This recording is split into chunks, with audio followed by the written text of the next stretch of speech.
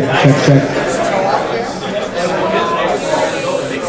I'm gonna punch Jason in the face. Check. Eric, your turn. Testing 1, 2, 3. Check your mic.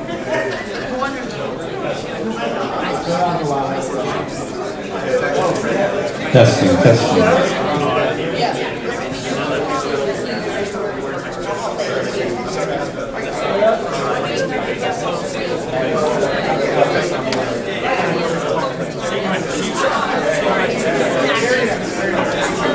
Stop it.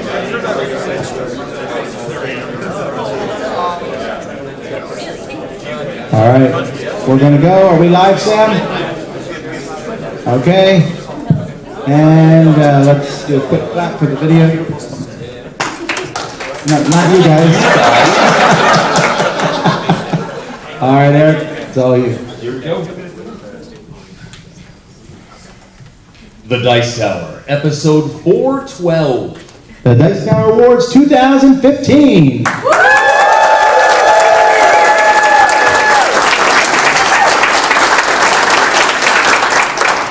Welcome to The Dice Tower, a podcast about board games and card games, but especially all these people who play them.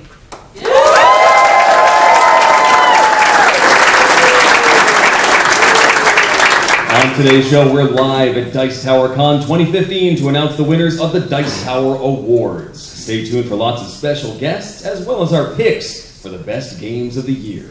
I'm Eric Summerer, and here's your host, the Neil Patrick Harris of board gaming, Tom Bassett.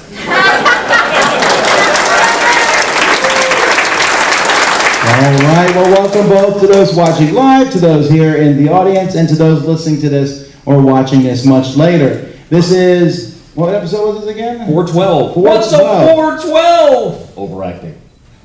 Anybody get that? Come on, it's a classic sketch. Never mind.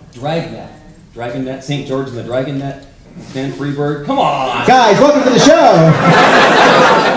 All right, so what we're going to be doing here in this show is this is our annual award show. We'll be announcing the Dice Tower Awards. When we're done with that, we might talk a little bit about games if there's time left over, and perhaps take some questions from the audience. So start thinking about those now. So we'll be doing that, but we want to get right into the Dice Tower Awards. So before we do that, the Dice Tower Awards is something we started several years ago because I thought, well, I thought all the rest of the awards were dumb. And I wanted an award. See, in my opinion, an award should be done by people who know a lot of games in the gaming industry, but not so few that a couple people's biases can really sway them to be something. So I filled the award committee. We have like 93 people on the committee right now, and they have like all different games, and the arguments are fierce over which games are good or not and belong in the categories or not. So if you say a specific game doesn't belong in the category, someone on the committee has already agreed with you very strongly. So we get together each year. At the very beginning of the year, we start talking about it. We start nominating games. People can nominate a game to any category. These games are then compiled into big lists, and we vote those down into 5, except for the game of the year, which is 10. And then of those 5, we then spend the next several months trying to play as many of those games as possible, because not everyone can play every game. It is actually impossible for that to happen. But we can play as many as we can, which will give us the best system. We then vote on those, which is very close to this convention, and that is where Nick from Board Game Brawl comes in. So Nick, tell us a little bit about how the voting worked. Hey everyone, I'm Nick. So Tom has should I tell him about the system, how you actually use it? Sure. So it's a really interesting system. So as you said, we sort of whittle it down to 5 for each category, so for Game of the Year it's 10. And then what happens is everyone has a chance to vote for up to 3 of the nominees in each category. And how that works, if you only want to vote for 1, let's say you're not comfortable voting for more than that, then it's 2 points. So that game gets allotted 2 points for that vote that you've given to it. But if you vote for 2 of the nominees in that category, it's 3 points for the first, then 2 points for the second. And then for the third, if you do that, it's 4 points, 3 points, 2 points. So it's a system that I think is beneficial because it encourages people to play as many of the games as possible. And you get to, because a lot of people love like every game in a category. So you can reward multiple games, but still elevate the game that you think is the best. So it works out really well. So what we did is Nick has put together the awards. People voted over the last couple weeks, and at this point in time, no one knows. We have all the awards in envelopes. We don't know who's won. We're going to be as surprised as you are when we open these. Well, a couple of categories. I would be surprised if it was not a certain game, but hey, maybe I'll be surprised on that. I personally do not vote unless there's a tie, and I was informed this year there's no ties, so I didn't get to vote. So there. So a lot of people come and yell at me sometimes about my award that I gave, but I don't vote. I am involved in the nomination process, and I like to argue and nominate games and bring them to people's attention. And there are those threatening texts you sent. That was so sweet. Yes, that's a rumor we need to start. So a couple more things about the awards. The awards in each category, again, these are things that we talk about. And every time we do this, someone will say, such and such a game doesn't belong in such a category, and whatever. And sometimes we have to make a hard call over what game came out in what year. A good example this year would be Roll for the Galaxy. They released some games of it at Board Game Geek Con last year, but many of those games were missing pieces, so only a few games made it into Wild at all, and it wasn't reprinted until 2015. Therefore, we decided that it was a 2015 game. It's not that big of a deal. We'll vote on it next year. So things like that will happen. Sometimes games are printed in different countries at different times, and it can be confusing. We just try to do the best that we can. And if you argue over it, well, we're glad you're at least talking about board games. That's kind of the point of this, is to get people interested in that. Nick, anything else you have to say about the process, or anything going on here? No, I think it was really interesting. I think, and you kind of said this already, but this is really a fantastic award because like every nominee that we have on the list for like every category, I think was totally deserving and deserved to be there. I mean, it was great, and I voted as well, and it was very, very difficult for me. So I can't imagine for everyone else it was just as difficult. Right, this is a list that I'm proud to show to people. There have been awards in the past where I've seen nominees on those lists, and you're like, huh. Okay, from other conventions in the summer in June. But so those awards are turning around somewhat. They have to be. But anyhow, let's get to the first category, and that's Best Small Publisher. And Nick, I think that's your category. All right, so this is the best game from a small publisher, and this is one of my favorite categories because I think I and everyone else in this room, everyone out there who's watching, wants to encourage people to keep making games, to keep publishing games, to do quality games, and we want to reward that. So that's why this is one of my favorite categories. And as a quick aside, a small publisher means that at the time of our voting on this, they had 5 or less published games. Okay. All right, so the nominees for Best Game from a Small Publisher for the Dice Tower Awards are Medieval Academy from Blue Cocker Games. Paperback, self-published by Tim Fowers, the designer. Run, Fight, or Die, co-published by 8th Summit and Gray Fox Games. Star Realms from White Wizard Games. And Zaya, Legends of a Drift System from Far Off Games. Ooh, Eric, who do you think got it? Well, I don't know. I don't want to make a guess and be wrong. Well, no, we're going to do that. Eric, we're going to have you guess on each category. You're going to guess the winner. Not the one you think should win, but the one that you think did win. I think Star Realms might have the popular vote. Let's find out. Nick? Okay, I already know, but I'll try to act surprised. Be incredibly happy with me. This is where we get the cool opening sound effects. All right. And the winner of Best Game from a Small Publisher is Star Realms.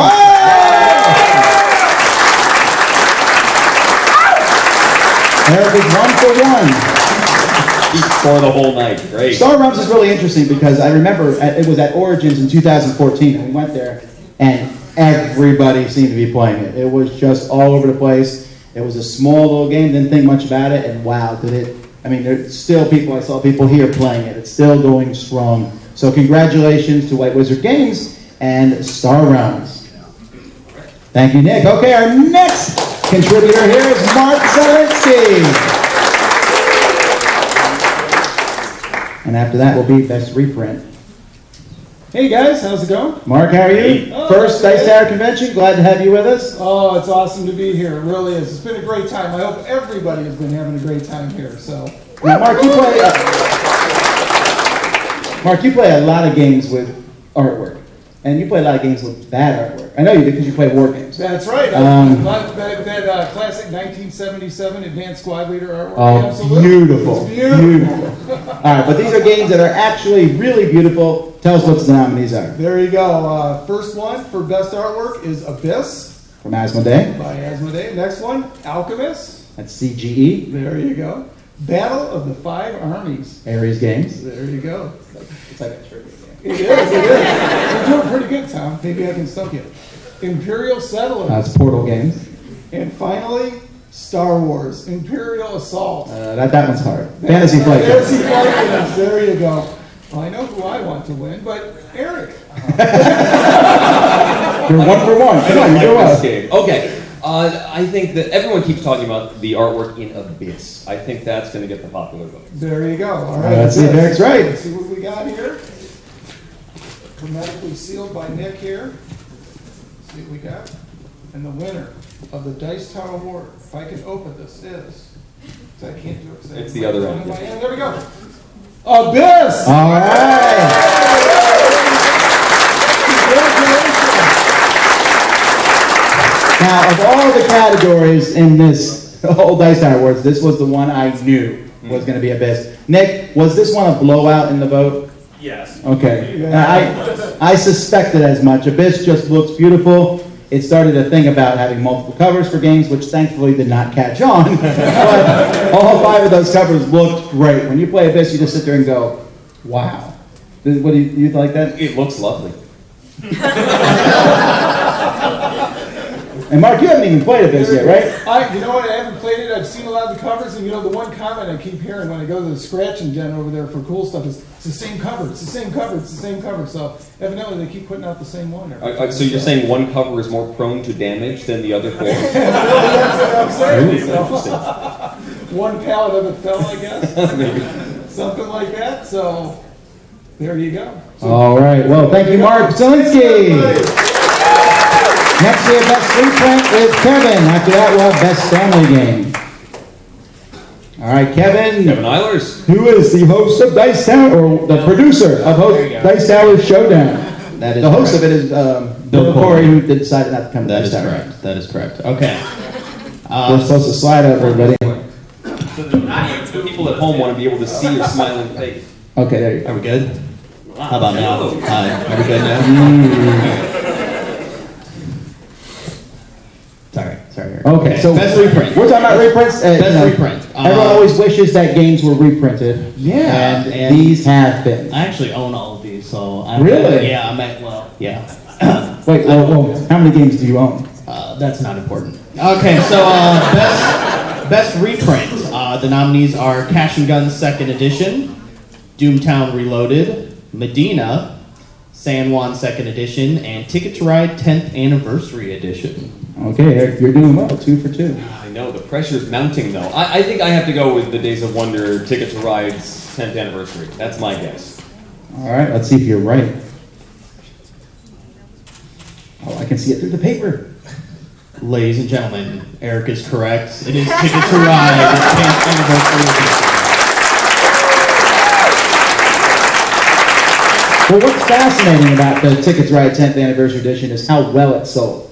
You know, when they talked about it and they said it was going to be close to a $100 game and it looked beautiful, but I thought, there's already 5 million copies of it sold. But it was consistently one of the top sellers of the year. People really, it just sold like crazy. It is very pretty. Oh, I would agree. Very pretty. Is it better than the original version? I think that's the point. Point All right. Well, Kevin, you having a good time here? Yeah, I'm having a phenomenal time. There's a lot of people in the room that have been on the showdown and a lot of Dice Tower people here. If you aren't at this convention or you're watching it right now, you need to be here next year. There's my plug. Who in the audience has been a guest on Dice Tower Showdown? Anyone? Wow. Yeah. Oh, I yeah. feel like a dozen. Yeah. Yeah. Okay, and you can be too. You just got to email Kevin. DicetowerShowdown@gmail.com. All right. Thank you, sir. Thanks, Joe. All right, next we have Chaz with Best Family Game. After that will be Best Components. Everybody, Chaz Marler.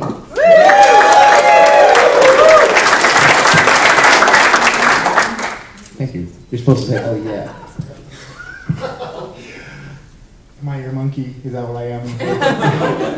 One of many. Fair enough. Oh yeah. How's that?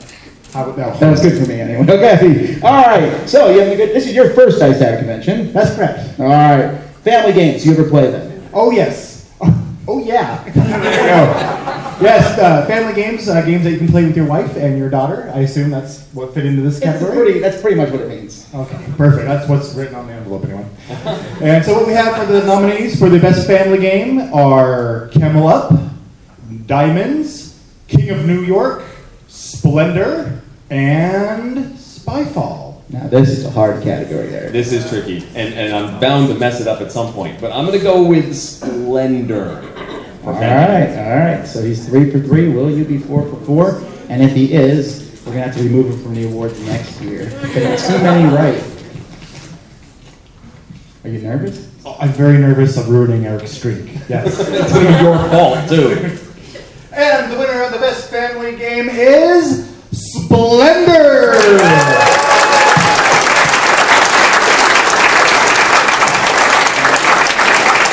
Splendor's fascinating to me because the people who come up to me every once in a while and go, why does everyone like Splendor? I don't know this about Splendor. And yet every meetup I've gone to this past year, I think every single one, with maybe a few misses, I've seen at least one game of Splendor, possibly 3, 4, 5 of them. Someone new comes to the group and they're like, hey, why don't we play Splendor? Constantly being played. I mean, one of the biggest gateway games in a long time. I played one game with my family here at the con this morning, and it was Splendor. Wow, it was like you knew. I gotta go. All right, well, thank you, Chad, for coming on.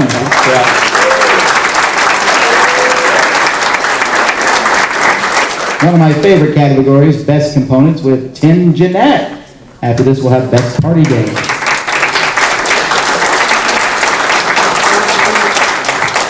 How's it going? Tim is one of the reviewers on the Dice Tower channel, and I hope that when you review, one of the things you consider is the components of the game.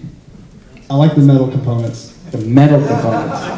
Do any of these nominees have metal components? Zaya has some coins. That's true. Oh, metal Very coins. nice coins. Oh, well, maybe that's the one that won. But what are the categories? Alright, so the nominees are, we got Arcadia Quest by Cool Mini or Not. We have Colt Express by, is it Ludonauts or Asmodee in America? It is both. Splendor by Space Cowboys.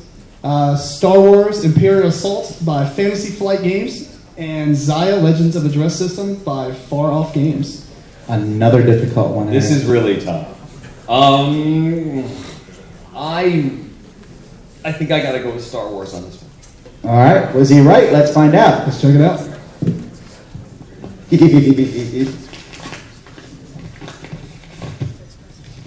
So the winner for the best components, Star Wars Imperial Assault.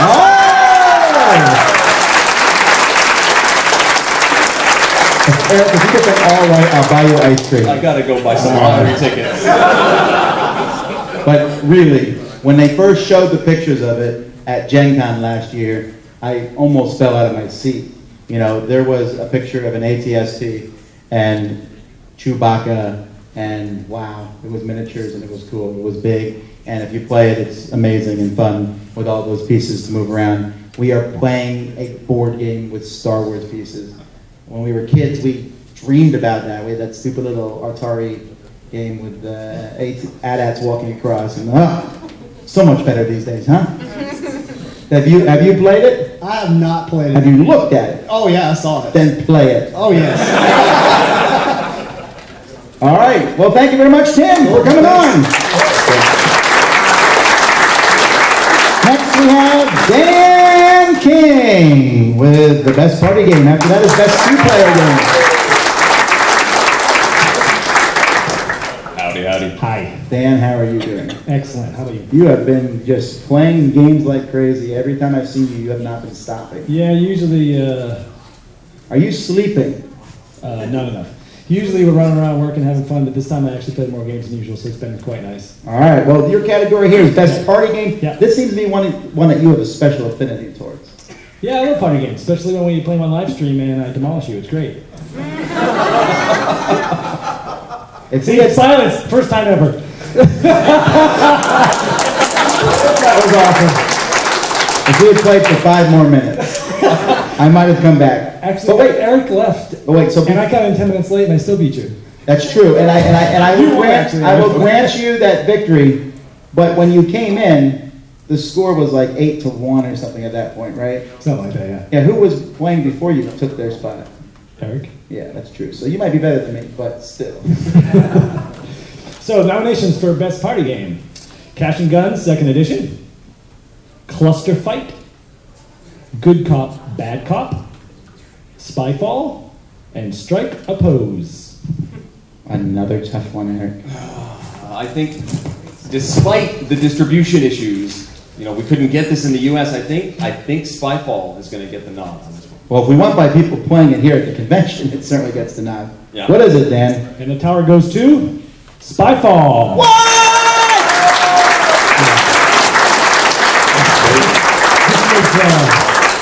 This was one of those ones that was a little bit in a gray area, right? I mean, it was released overseas by Hobby World With an English with version. an English rule book, and Tom and I were blessed to have some of the only copies in America around BGG Con, and we played it everywhere, and it just blew up there. And it's obviously Cryptozoic just printed out, just came out here in the U.S., and yeah, to me, it's one of the best party games I've ever played. It's just, And at Origins, it was played constantly. I've seen it on the table here at Dice Tower Con constantly. It was my most played game at Origins. It's terrific. Who here has played Spyfall at this point?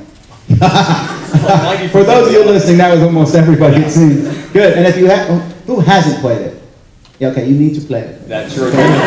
It's really easy, and it's on one of the hot games tables. It's a fantastic party game. All right, Dan, get some sleep. All right, let's get Sam Healy with the best 2-player game. After that, we'll have best co-op game.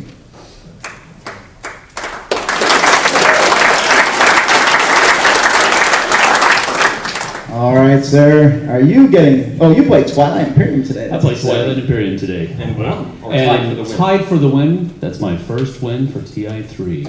It's awesome. And it wasn't nearly as long as these games normally are. No, because we all knew what we were doing, and we focused on the game. There were very few distractions, so very cool.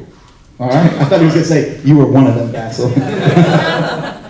All right. Word distraction, yes. Best 2-player game. What are the nominees? All right, the nominees for Best 2-Player Game is The Battle of the Five Armies from Ares Games, Dice Masters by WizKids, Star Realms by White Wizards Games, Star Wars Imperial Assault by Fantasy Flight, and Warhammer 40k Conquest by Fantasy Flight. Now, before you open it out, that's a tough one. I'll let Eric jive on this. For those of you who are watching the Star Wars Imperial Assault, that's very specifically the tactical game, which Sam and I tried recently. Well, we played the original one. It was super fun, and I liked it. But Right. I've been playing the tactical game more often, and man, that's just really Yeah, surprisingly it's a great 2-player game. If you could buy the game just for that, I think. Okay, Swarmy. All right, so I want to say Star Realms is more popular, but I think Dice Masters is going to get the nod from the 2-player fans. So Dice Masters is my pick. All right, let's find out. he's going to draw out your pain here. Just this inevitable failure is coming, and I don't know All right, why. well, you're have 6. these, right? No, we don't. Oh. We're 6 for 6 here, Eric. Oh no! And the winner for Best 2-Player Game. Stop reading the paper. Star Realm. Start!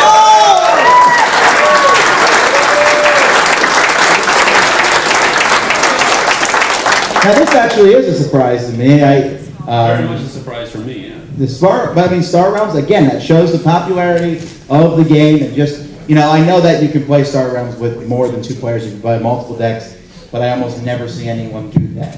It's that 2-player game, and they released some expansion packs for it that kind of they were little packs, but really added to the fun of the game. And this is one that you like a lot. I do enjoy it a lot, yes. Your second copy. Yes, my first copy got stolen at Origins. Curse you, whoever stole it. Ooh. I hope you're playing it all the time. All righty, thank you, Sam. 2-player game. Now for the best co-op game, we have Z Garcia, and after that, best expansion.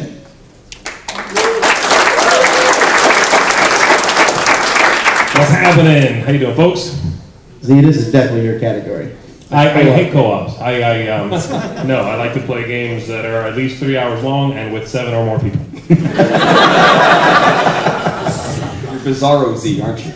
Yes, backwards Z. Now this year- that kind of looks like an S. We've had a lot of co-op games in recent years, but in 2014 there was not quite so many, but there were still some excellent ones. Right, I think that wave that hit when like the first pandemic came out and Ghost Stories came out and that surge of games has died down a little bit, but they're going strong, as obvious by the nominees. I think if you get this one right, we're going to get you back on the roll, but you have to guess before I read any of them. So I don't remember the nominee. you're out, man. Sorry. Here we go. Best cooperative game. Dead of Winter from Plaid Hat Games. Legendary Encounters, an alien deck building game from Upper Deck. Pandemic the Cure, put out by Z-Man Games. Shadows of Brimstone, put out by Flying Frog Games. And Witness, an Istari game published by Asmodee. Now that's a really tough category. That's a really good roster, but I think a popular vote is going to go to Dead of Winter. All right. One-handed envelope opening. The elbow assist. Here we go. And the award goes to...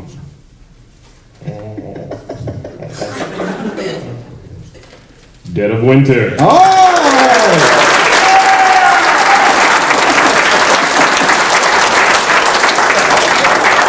Now, Dead of Winter was announced, quite a while from Plaid Hat Games, and people were playing it and talking about how good it was. And then it hit, and it sold out like instantaneously. Yeah. And Tell us how much you like it, Z! You're happy for it? I am glad it won. And I am happy that so many people enjoy it. Well, congratulations to Plaid Hat. I mean, they continue to produce. A couple years ago they were winning small publisher games on our list, Right. and they're no longer in that category. And I really think they're on their way to become a major, fantastic publisher. And if they keep producing games like Dead of Winter and in that quality, they're going to do so. Right. So big props to them. And it's the whole Crossroads system, which they are promising upcoming games in that line using that system. It's very exciting, and I can't wait for what else they've got coming up using those mechanisms. Yeah. All right. Well, thank Cool. you, sir. Thank you, guys. Next we have Best Expansion with Suzanne, and after that we'll have Best Designer.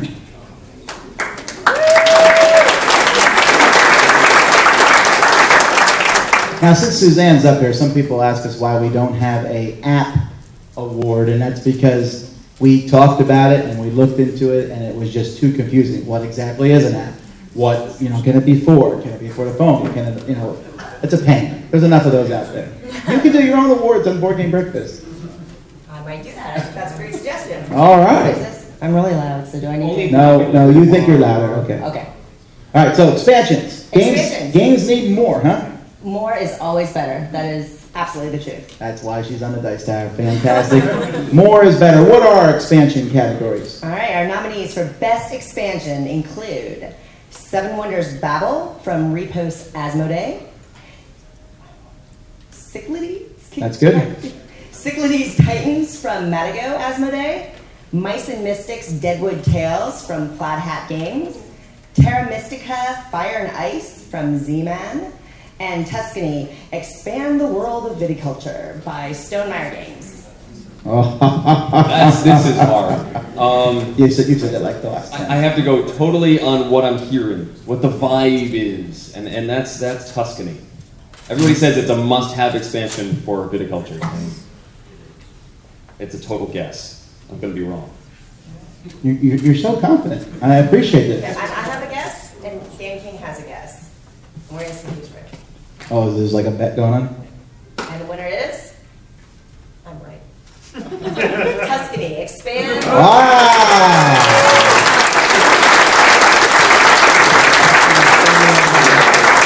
That's a really fascinating expansion because I thought Viticulture was a pretty decent game. Then I played the second edition. I said, wow, it's a really good game. Then we played the expansion, and it's an incredible game. That is one of the best expansions ever designed. It is amazing how much game they put in there. Wow, and you haven't played it, Eric. No, I and haven't. you should. I should. If only you were at a convention where you could. If only I was at a convention where I could. All right. Why are you repeating me? So you got this right? You predicted this too? Absolutely. So you have a mic. Absolutely. So you played it. I have not. In Wow. fact, I realized after you assigned this guy, I had a moment of panic in the back of the room because I was sitting there and I realized, oh gosh, he gave me the one category I did not vote in because I had. Well, I'm glad. So this will be my opportunity here to get all these under my belt before I leave. All right. Well, thank you.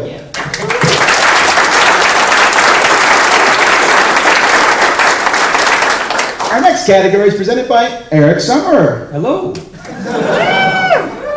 This next category is for Best New Designer. Right. Now, this is for what? 1 or 2 published games, correct? Right. Sometimes, people are like, "Oh, wait, didn't they already publish a game?" Well, we do it for their first or second game, especially since many designers, their first game is, well, it's, Vicious Fishes or something like that. Terrible stuff. Right, yeah, there's a lot of, they put out some small game and then their second game is really their first game. So anyway, first or second game, what are the nominees? For Best New Design, Alchemists, designed by Matthias Kotri. Heroes of Normandy, designed by Jan and Clem. Paperback, designed by Tim Fowers. Splendor, designed by Marc Andre. And Zaya, Legends of a Drift System, designed by Cody Miller. Interesting. Again, I think I have my favorite in the category, but I think it's going to go to Splendor based on the popular vote. Let's find out. Yeah. Okay, here we go.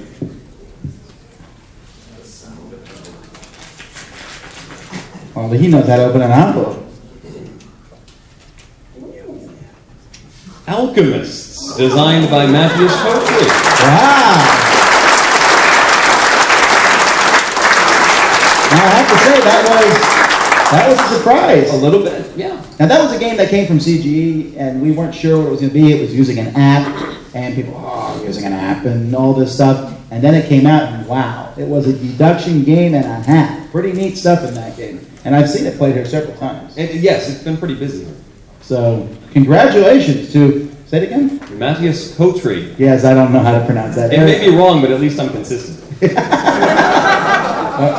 All right, so that's the best new designer. Now it's the best strategy game. That's with Jason Levine. After that will be most innovative.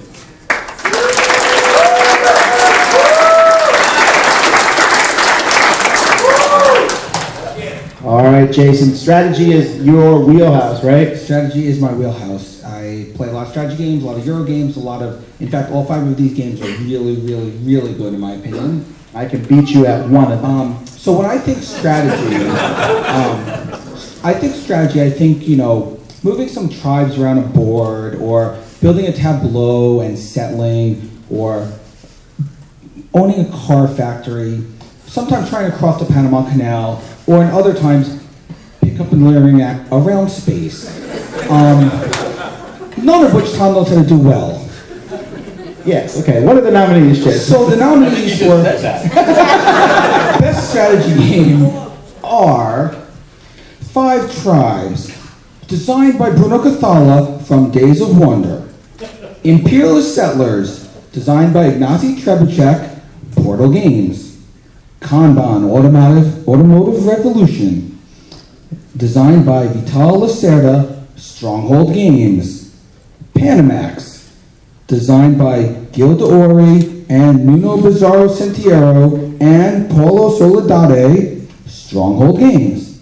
Zaya, Legends of a Drift System, designed by Cody Miller, Far Off Games. Wow, now this is another category. It's a really, really difficult one, but I think I have to go 5 Tribes edging out the other 4.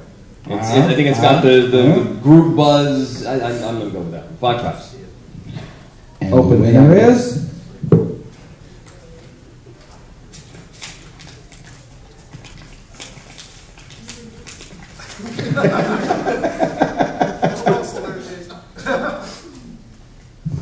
5 Tribes, designed by Bruno Cathala, Days of Wonder. one of my favorite games of 2014. All right, yeah, Five Tribes, I mean, when that hit at Gen Con last year, just, well, the small amount that did hit, again, this was another game that we saw played, and as I walked around here, saw people playing it everywhere, and the hype for the expansion, which, what's it called again? Six Tribes. That's not what it's called, though. It should be. The something It should of come with a sticker Naquala. for the box. The Artisans of Naquala, or quote quote Six Tribes.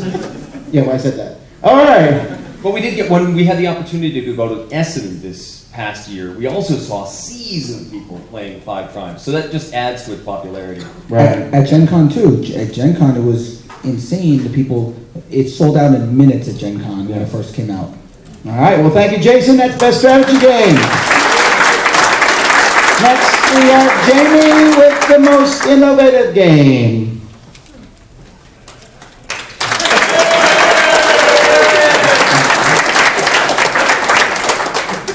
All right, Hey now. So, how are you? What do you think of Dice Tower Con so far? I'm having an excellent time, Tom. I like it's that. fantastic. It's the first time I've been here, and it's a great convention in paradise. Going out to seeing palm trees outside your room, and then going in the dark to play games. It's absolutely you can't beat it. Was it different than you imagined? No, I imagined that. All right, so what's your category here? My category is most innovative game, and I find it to be an outrage because I don't see a single Stronghold Games game on here. It's been like every category so far. All right, the most innovative game. I don't know what to say there. The most innovative games nominees are Alchemists, Dead of Winter, Golem Arcana, Spyfall, and Tragedy Looper. Wow, so I there. don't know which one shouldn't win. Wow. No, don't say that. I think I got to go with my heart on this one. I don't really care what the popular vote is. I went Tragedy Looper. Oh, okay. Excellent choice, Eric. Excellent choice. Innovation on that one. That's the way I got to go. It's top notch. Yeah. All right, let's do it. Well, we'll find out. I'm all nervous now because you went with your heart. I know. Should have went with your head. It's Tragedy Looper. It is the most innovative. It's cool. And it's worth the investment of time to learn how to play it. This takes investment. Yes, it To does. be taught it and to get used to the mechanism, it's a brain bender. But it's the greatest brain bender. It's so fantastic to play this game. Once And I you have get seen into it being played here as well. This has been another popular title here at Dice Tower Con. Mm-hmm. It deserves the award. It definitely does. All right. Do you like it, Tom? You didn't give your opinion yet. I have not played it yet, actually. We'll get reading the rules, man. 44 pages. I'll work on it. All right. Thank you, Jamie, very much. Next, we have Best Theming. Best Theming with Jeff Engelstein. You know, Jeff, that you are now currently the longest contributor to the Dice Tower, other than Eric. Jeff started before I did. I think it was right around the same time. We were just doing the I did the intros. some of the intros. And Okay, things then like it's that. But definitely yeah. Jeff. Well, Jeff, how are you doing? You're here showing off your new game? We did one demo of the new Survive Space Attack Yeah, this you showed me morning. the pieces. So, They're pretty yeah, cool. so The pieces are we very just neat. had the pieces flown in at great expense from China because I twisted somebody's arm, and they look really nice. So we're excited about that one.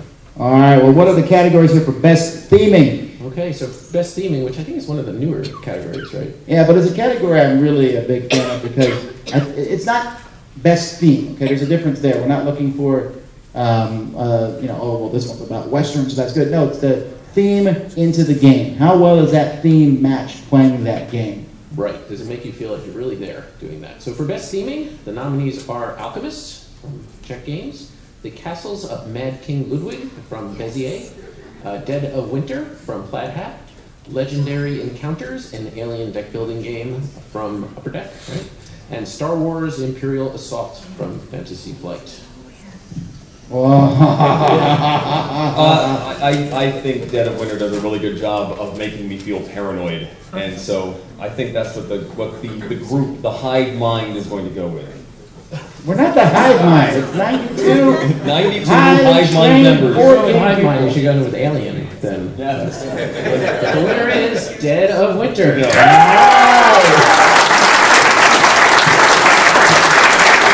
you know, after playing Dead of Winter, it's hard to imagine any other theme on that game, right? It's Well, I'm curious to see also what the other Crossroads games are going to be. right, but I mean, the It's Crossroads is absolutely- one mechanism from the game, But no, but it's really right there. You're there in that camp for sure. yeah, it's too bad they couldn't get like the Walking Dead license for that. It just fit it perfectly. All right, so that's best theme. Thank you, Jeff.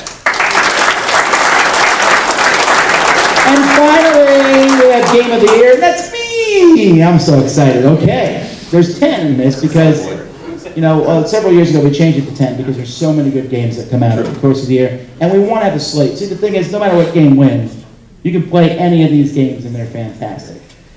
So the games of the year nominees are Alchemists from CGE Games, Dead of Winter from Plaid Hat Games, Dice Masters from WizKids, Five Tribes from Days of Wonder, Imperial Settlers from Portal Games, Kanban Automated Revolution from Stronghold Games, Splendor from Space Cowboys, Star Wars Imperial Assault from Fantasy Flight, and Zaya Legends of a Drift System from Far Off Games. You also skipped Star Wars. I skipped Star Realms, I don't know why. Star Realms from White Wizard Games.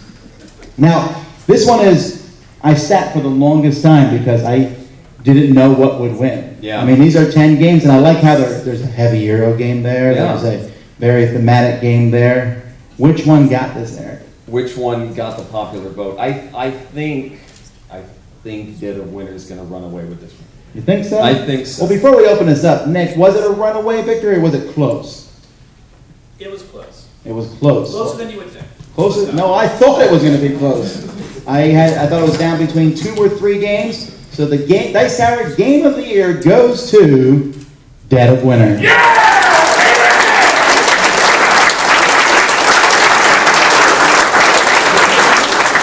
Out of curiosity, what was the runner-up to that game? 5 Tribes. 5 Tribes. Okay, wow.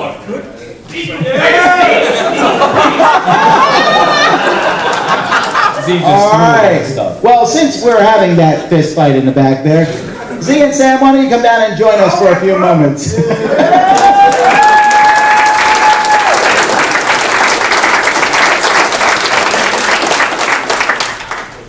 All right. Well, we're just gonna. We got a few minutes here. We're gonna just talk a little bit about the convention overall and just different things that are going on, and then in a few minutes we'll take questions, and then we'll shut the show down. So first of all, this year, this is, I think, all 4 of us have been at all 4 Dice Tower Cons, right?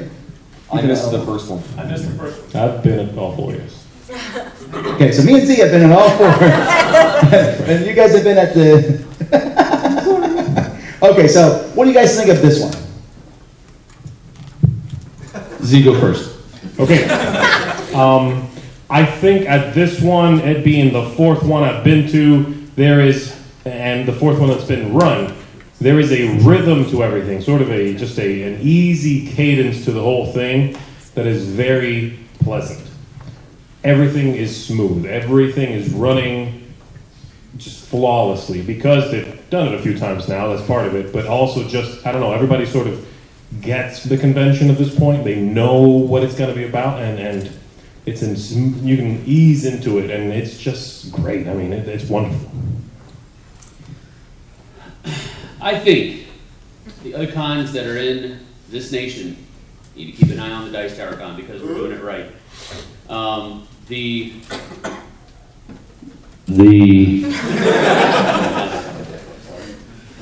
The gaming library, top shelf. I mean, you just can't. I mean, I thought Origins was good, but this one is amazing. The Havertz have really done an amazing job of putting together that library. The people that come to the Dice Tower Con are the best people in the world. Well, that's just the way I think. No, I'm not pandering either. I'm not pandering. Shut up, Z. I have. What did he say? What did you say? 6 tries. the vibe that everybody has here.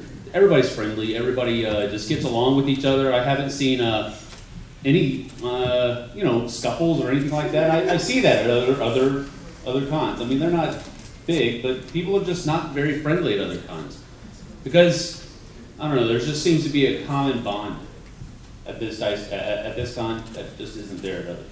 So I love it. I've been playing a lot of games. It's been a balance between light work, slave to the grind type stuff, but I've also been able to play some games too. So it's been really great. If you missed it, you missed it. Thanks. So what's the best game? So what's the best game you played here? For everyone, and that includes all of us. While you guys are thinking, I can tell you so far the best game that I've played is the upcoming Blood Rage. From You didn't say it right. Okay, I'm sorry. Blood Rage! Which apparently even a Eurogamer can win. I beat Tom and Eric Lang, the designer at Blood Rage. I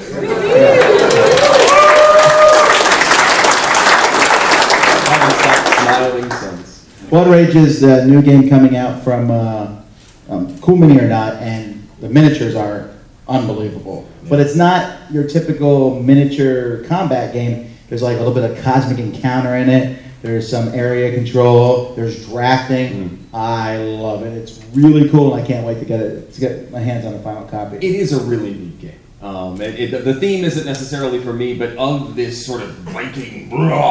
You seem to like the theme. I was having fun with the theme. Oh, that was a good thing. There's a nice, strong mechanism behind it with the card drafting, and you're trying to find synergy within those cards, and then the miniatures just on top of it, the chrome on top of this, and there's a lot of chrome on top of it, is amazing. Really solid. Eric Lang was throwing these miniatures around the room to prove how sturdy they were. Which is so good. Makes me so happy. That he was chucking them? Yes, that's awesome. You should not do that in games. Well, if you're the designer and you're the one that brought the game, you're allowed to do that sort of thing. Don't do that to every game. Not at people. He kind of flung one right behind me. He was throwing them in the air and hitting them on the ground. Forward to his component drop. That's what he's I just think it's good that other people do it too. It's good. It's catching on, I think. I'm going to start doing it. You're not. No. I like games. We don't have to take care of them. Right, exactly. All right, Eric, what about you? What's your favorite game? I got to play a couple of letter games, and I was very excited to play Letter Tycoon, which is a neat game about getting patents on different letters. You're trying to make words out of the cards in your hand, and you can buy patents so that every time somebody uses a P, you get paid. And you're trying to earn money over the course of the run. If you have the C, you get cash.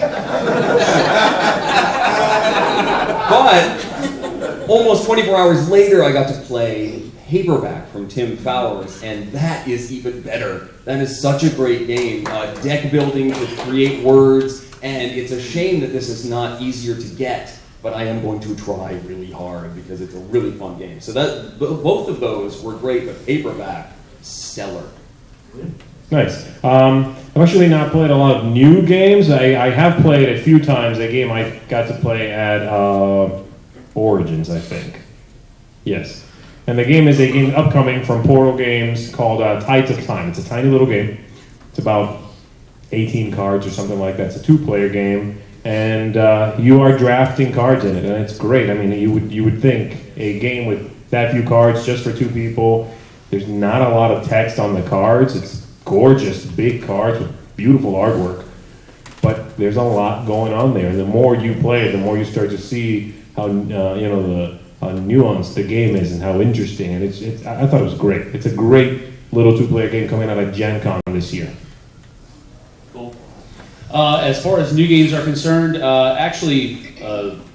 we got to play test the expansion for Sheriff of Nottingham. It's coming in the future, and that was actually really fun. So look forward to that. I also got taught Operation Faust, and that's a cute little card game. Really, really interesting. There's a lot of back and forth, lying to each other, and that type of thing. Something Z would be really good at. Thank you. And then Had a really great time playing Spyfall this afternoon with a great group of guys in the main hall. So, and then I think, but you know, my favorite game, T3. I just love playing that game, and this is one of the only times I can really play it. I know for sure somebody's going to ask me to play it. I just have to fit it into my schedule sometimes. So. And you won, dude. I mean. Yeah, that's true. I mean, finally won. It was a tie. We had to stop early, but I mean, it was still. I was in first place with somebody else. That's, About time you that's tied okay. for a win. Yay, Sam. Great job. I'll see you later. Yeah, I had a chance to play a lot of games. Eric and I played La Granja earlier today. That was a lot of fun. It's like Granja. It was a lot of fun. Very Concourse right there, he'll convoluted type Euro game, but I just really enjoyed it. You were giddy. Using the cards for different things and pulling off combos, and I didn't come close to winning, but I just had a good time playing it. Lots of fun. Also, Sam and I had a chance to play Ultimate Warriors with a Z at the end. That's King of Tokyo. silly little game, right? It's King of Tokyo, the sequel in a sense. That's what it feels like, just battling monsters. Same vibe. Same vibe as King of Yeah. Tokyo. It's okay. Go ahead. Okay. All right. Dice Masters. Me and Jason played, Eric Lang and Mike Elliott, and we tied 1 game to 1 game. And okay. Then the first game, we beat them, and we beat them not using the strategy suggested by hold my on. partner. And why did you not stop at that point? They said double or nothing. You said, yeah, we can do this. You know what? The second game, we had them down to 2 life. We had 23 life left. And they managed to do 23 damage in 1 turn exactly. Wow. It was, and we had the 2 damage to kill them the next turn. It was an epic Was ending. Eric Lang throwing stuff? Was he just checking stuff like that? Jumping on the dice. We are going to go back. We are going to go back and watch the video to make sure there's no cheating there. but it was a lot of fun. All right, folks, we have a few minutes before we shut our show down tonight. Any questions from the audience? Actually, we're going to use 2 mics up here. Do I have someone who wants to run? Matt? Okay. Matt's going to be our runner. Matt knows how to do this. Yeah, he's had practice. All right. I had a question for Sam as a fellow Twilight Imperium fan. What's your favorite race to play? What was your? How long did it take you guys to get through the game today? It took us. We started setup at 9. We started playing the game about 10, and then we had to stop at 1:30. Yeah, we just made Z like all over. What? But yeah, we stopped at about 4:30. I'm sorry, 1:30. Sorry, and we only had about 2 rounds left, so we had to stop early. We were really very focused, and we stayed the course, and we played the game the way it's supposed to be played. To not the end? Wait, did you not finish?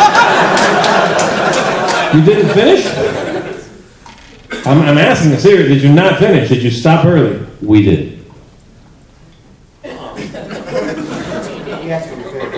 I'm done. My favorite race, probably today. I played the Embers of Muat the first time, and I think they're pretty close to my favorites. But I also like the Ghosts.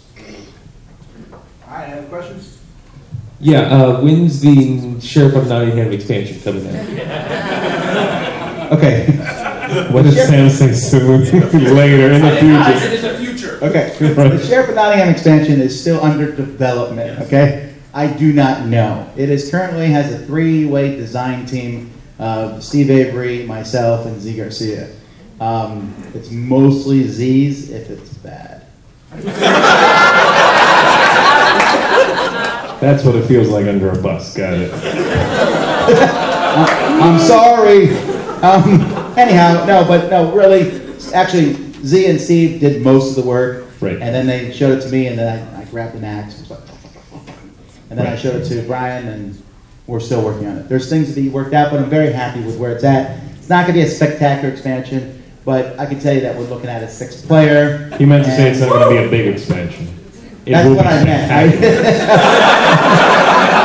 Thank you. Words, man, words. Any other questions? No questions. Oh, we'll shut the show down then. I guess we've covered everything. We have finished all the board game knowledge. Oh, one in the front. last year you hated discount salmon, and we bought it actually. My hate didn't end. It's still You still hate it. You hate clothes every day for discount salmon. We bought it. Our daughter loves it. So thank you. Did you buy it from the flea market, is what you're saying? Yeah, did you get it on a discount? It was actually really hard to find. I spent many days trying to find it. There was a guy at Gen Con last year dressed as a salmon, handing it out. Did you punch him? I bet you punched him, didn't you? It's not me. I wasn't there. What games did you really dislike this year? This is a new one, man. This is like this is a new level of like, So you know. you know what to go buy? Yeah. Are we doing the rant? There's a lot of hateful games out there. What did I just play that I just despised? This morning? Oh, yeah. Oh, we're going to throw that under the really bus gonna do now? that? Yeah, we are. Okay. I like Eminent Domain. I just want to say that. And give me some other ones. Belfort. Belfort is a great game. But we played Bottle Cap Vikings this morning. Eric, I'll let Eric continue because he's the positive one. In Bottle Cap Vikings, you have a small, sort of a rondel, and you are taking your ships around the rondel, activating various spaces, earning coins and wood, and using those resources to get glory, and you're trying to either upgrade your village to the top of this little pyramid, or get 10 glory points, and you win. Sounds simple. He makes every game sound good with that voice. No matter what, you are buying cheap salmon. Oh, yeah. The salmon suit fixes not a fish. If you're not a fish, like a tire, you can put on a salmon suit. Anyway, so in Bottle Cap Vikings, all these rondel spaces and all these special spaces on your ladder that you're upgrading your village with have icons. We love icons, right? It makes it easy to see what you're going to do when you activate a particular space. So one of these icons has a little blood drop on it, and that means damage, right? Right. But the same blood drop can mean you get damage, or you lose damage, or you have more damage than everybody else, or you have less damage than everybody else. I would like to say he's exaggerating, but he's not. And some of the spaces had icons in them that did not match the description in the rule book. So what does this icon cluster do? And then it's like a blood drop and a piece of wood, and it says, if you have more glory than somebody else, get a piece of wood. And it didn't match. If you can't figure out what the icons are from the icons themselves, and then the description's wrong in the book, how do you play the game? We didn't like it.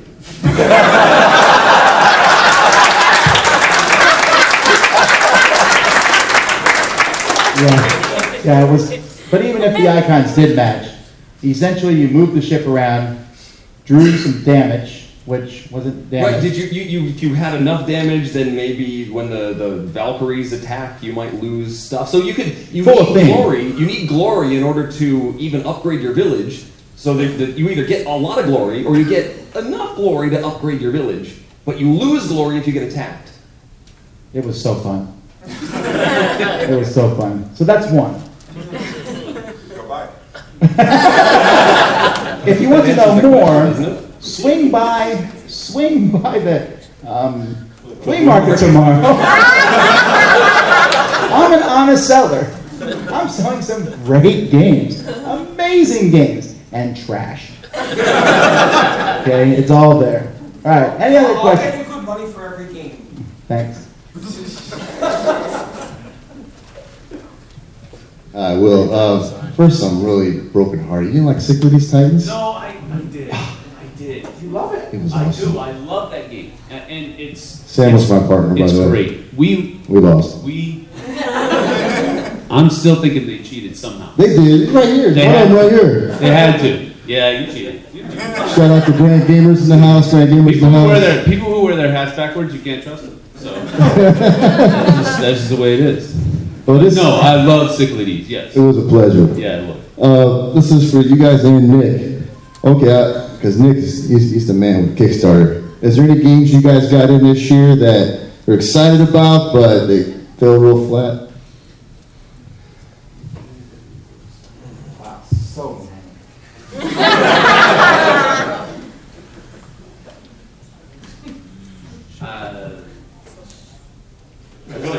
I feel like I'm playing that game that R&R just put out where you have to think of the wrong thing on purpose. All that's coming up, yeah, spit it out. All that's coming up is like the great games I've played this year. I can't.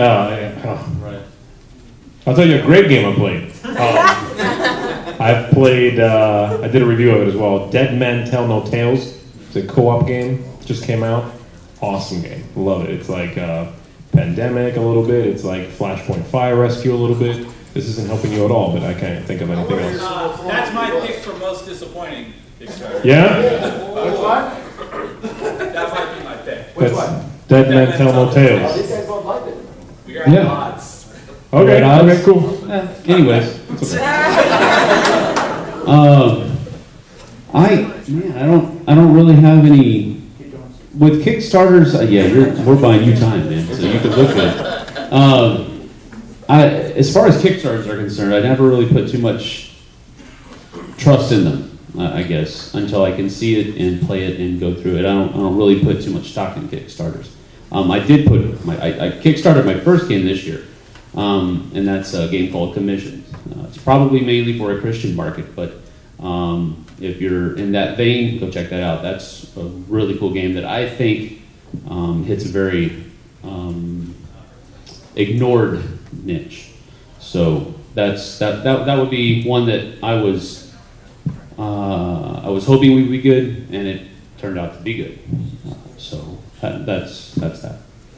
Thief was one that I thought would be really cool. Oh, yeah. I changed my mind. Thief was the one that I thought would be really cool, and man, it's like 1980 called and said, "Hey, we have a game for you." Right. Guess what we changed? It showed up in a DeLorean in front of Cool Stuff one day, so we went ahead and played it, and we sent it down. And that's really sad because I love Academy Games. Everything they have done has been gold. And Thief, we were reading the rules and it was like, you can do this unless the Pope exists, and if he exists, then do this. Unless that happens, then do this. And you have to hold your tongue just right. But the too long, can't read. The version is roll some dice, get more swords, you win. Ha ha. I mean, that's the whole game. And it took forever, which Z likes. Yeah. Yeah, Thief is a good one. We haven't reviewed it yet because it's sad. Hang on, Eric. Oh, it's your turn. Well, it's not like I was super excited about it, but I was really hoping the Board Game Geek card game was going to be better than it was. Because okay. I was. We're live.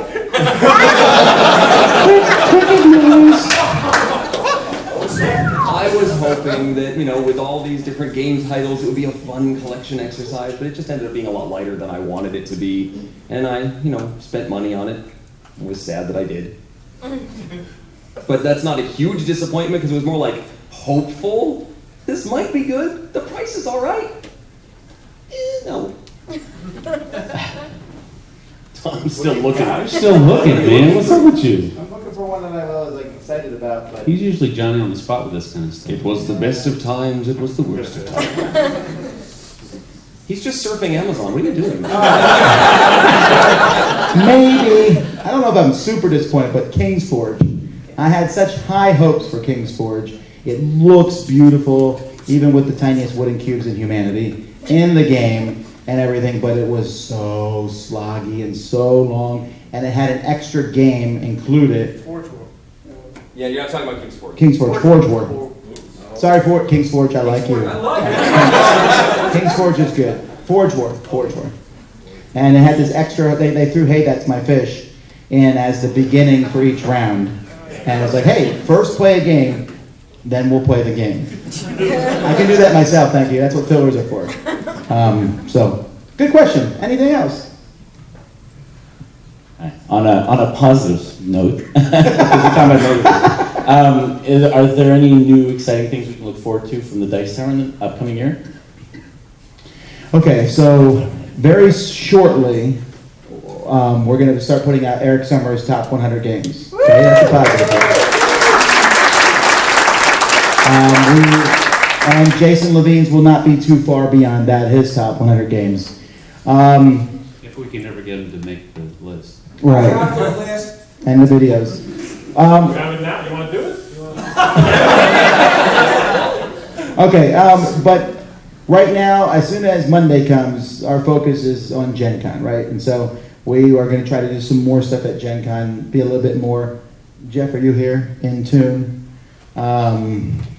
with our song.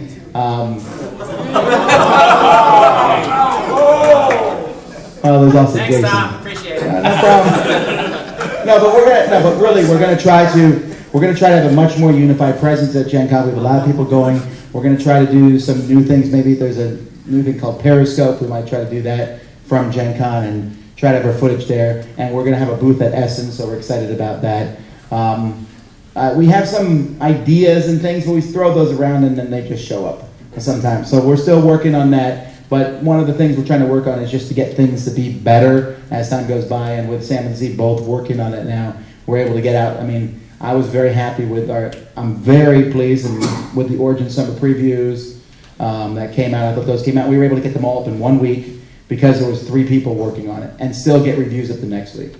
And so we're doing something new here with live streaming, which is hopefully something we'll be able to do at every Dice Tower Con and possibly other conventions too.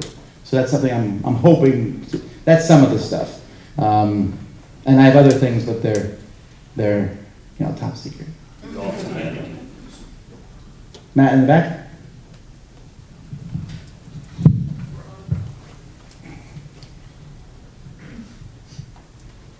Is the 18 or 24-hour gaming marathon dead forever? No.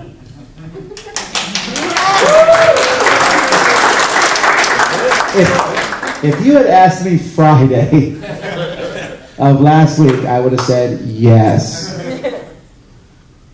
But no. I have been convinced through a series of events. I'll be there, I promise. Oh, Wait a minute, hang on a second. Yes. It's off. We're done. Hey, Jason, are there any questions from those watching? Let me ask. Oh, okay. He just did. He's typing it in.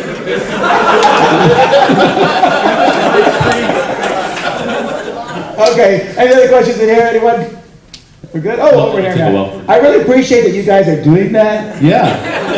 Next question. Go, Joe. In Tom Vassel's proposed Dice Tower Hotel, what would be your job title?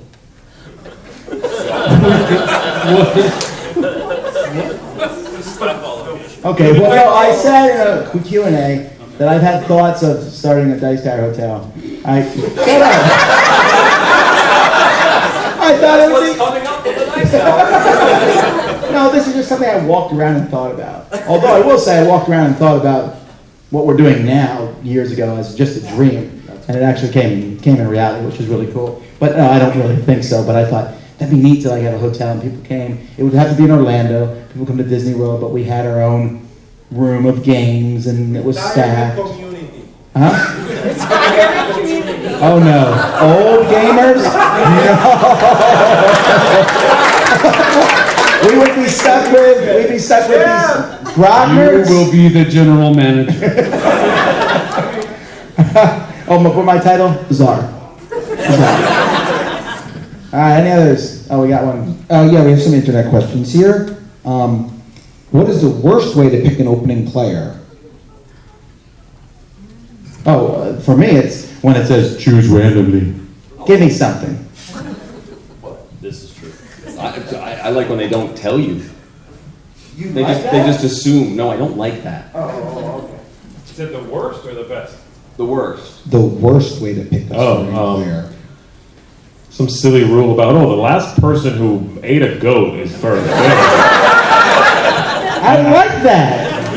I don't like that. So whenever you guys play a game together, one of you is unhappy. Yes. For like just 2 because of seconds, that. and then I don't care. I play your game enough to figure out if the first player is better or worse, then give it to the oldest or the youngest player, respectively. That's it. That's the way to do it. Or auction it off. I was just about to say the worst way is to say that the youngest player goes. Because, no, it's an advantage to go first, so give it to the youngest player. That's a balancing mechanism. It's not. I understand. young people are stupid? What if you're sitting in a I was implying three it. 29-year-olds and a 32-year-old? But I'm just...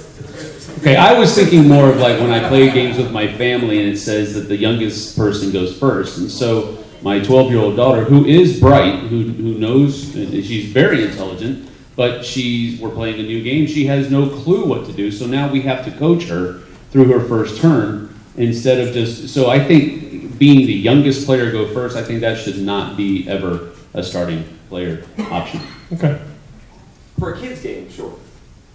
What's that, man? I don't know, because usually it's really simple. So you let the youngest go first. What's that? Okay. What a deep question. Okay, we actually have some other questions here. This one's mostly for Tom. It's been asked by 5 people now in a row. Since you've been talking about the Tom Vassal Dice Tower Motel, they want to know... Whoa, it's a hotel. The Dice Tower Bungalow, brought to you by Tom Vassal. They want to know... Come on over. They want to know about the Dice Tower Cruise and any information on that. We're thinking about it. That is the stage we're in, okay? Yes, that's all we're thinking about it. There's no real planning, but I would like to do one. But there's just a lot of thought that goes into it and planning, and so I need to have someone who I can slough that off on. Here's the mic.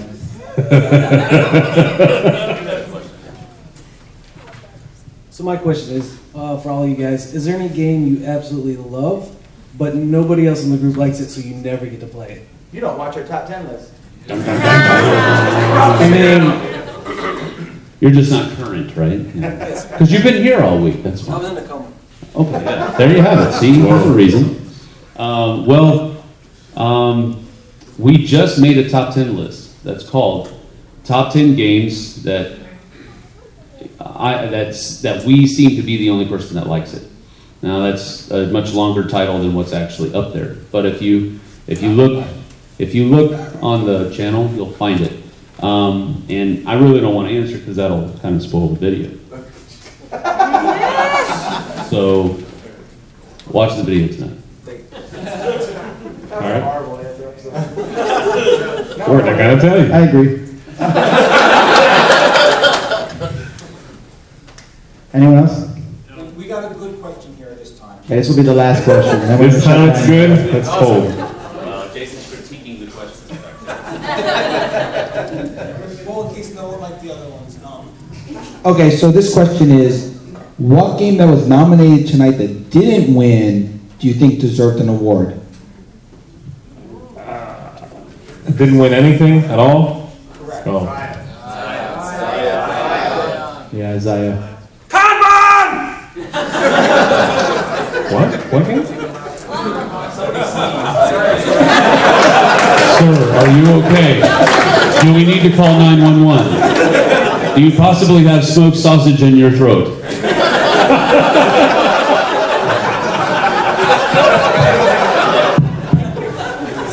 He makes his own smoked sausage at home. Dirty people. All right. Yeah, I think. I do think Zaya was probably. very close, I think, to a lot of these categories, and its production for a first attempt on a production was actually stellar. Pun intended. It was really, really good with those ship models and the metal coins, and Far Off Games did a tremendous job creating that game. And I look forward to seeing them do something else in the future. But I think that was close in a lot of categories. Dice Masters. Thank you, Tom. I like Dice Masters. And I'm gonna say, I don't think they won anything. Imperial Settlers, did that win anything?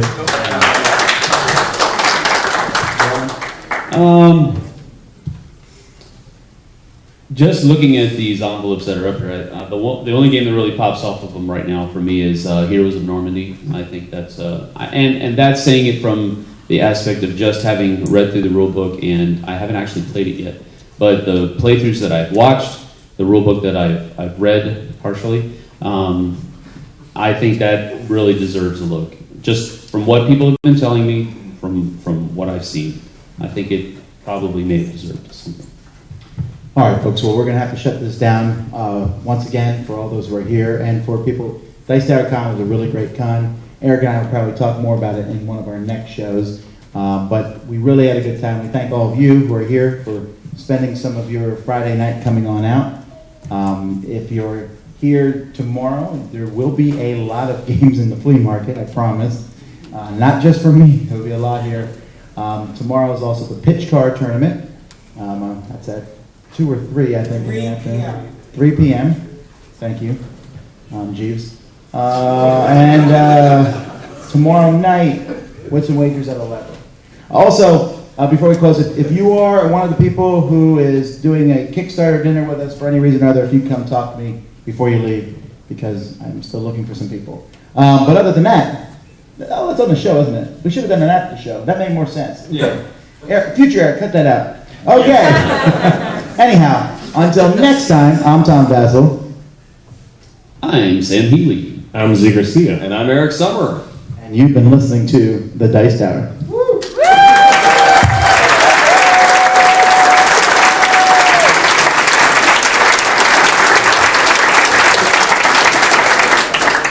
Thanks for listening. Promotional consideration has been provided by game publishers in the form of review copies of games. This episode, number 412, was recorded in front of a live convention audience on June 26, 2015. Coming up next week, it's another question of the week. Find out what our contributors have to say. What?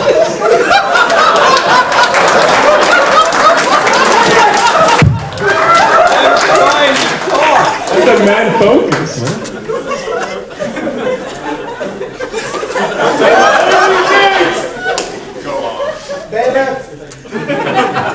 Take 2. Coming up next week, our contributors answer yet another question of the week. This podcast is sponsored by listeners like you. Thank you for your continued support. The Dice Tower is produced by Tom and myself, with assistance from Jason Roth, Itai Perez, Eric Matthews, and Rob Searing. Oversized boarding passes provided by Ticket to Wide. Timothy Pinkman provides our theme, and hosting is provided by Cool Stuff Inc., where you can find great games at great prices at CoolStuffInc.com. Let us know what you think of the show by posting to the Dice Tower Guild at BoardGameGeek.com, liking us on Facebook, or by emailing us at Dicetower@gmail.com. And don't forget to visit the other shows in the Dice Tower Network, including Flip the Table, Start Space, the Plaid Hat Podcast, The Game Pit, The Party Gamecast, The Secret of All Gaming Podcast, and the Board Game University. Find out more at DicetowerNetwork.com.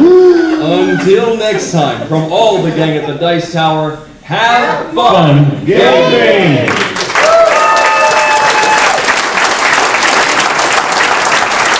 Thank you, everybody.